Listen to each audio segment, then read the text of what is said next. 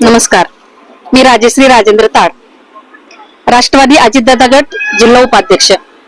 परवाच्या दिवशीच भाळवणीतल्या ह्या सर्व 20-25 महिला माझ्या ऑफिसला आल्या.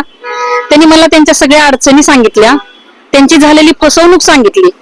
तेव्हा माझ्या लक्षात आलं की हे रॅकेट फार मोठं आहे. जवळजवळ फक्त भाळवणीमध्ये 100 ते 150 लोक ह्यात गुंतलेले आहेत. काही महिला आहेत, काही पुरुषही आहेत, ह्यात काही सुशिक्षित वर्गही आहे की जो पुढे यायला तयार नाहीये.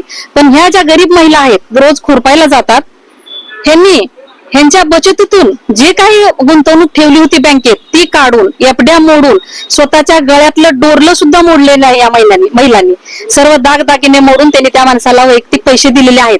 आणि विशेष म्हणजे सर्वांचेच पैसे बऱ्यापैकी हे हातात कॅश घेतलेले आहे. आणि पैसे घेणारे व्यक्ती ह्या महिलांच्या मते घरी तर पहिल्यांदा राजेंद्र निराळे आले होते आणि दुसऱ्या वेळेस महबूब दस्तगीर म्हणून आहेत ते आलेले आहेत.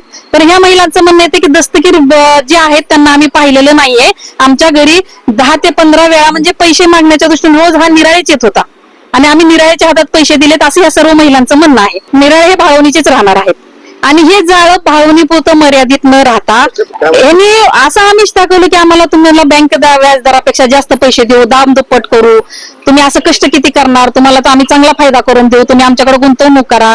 मग काही वेळेस त्यांना पुरावा पाहिजे म्हणून त्यांनी महिला म्हणल्या ना आम्हाला काय पुरावा आहे तुमच्याकडे पैसे गुंतवल्याचा.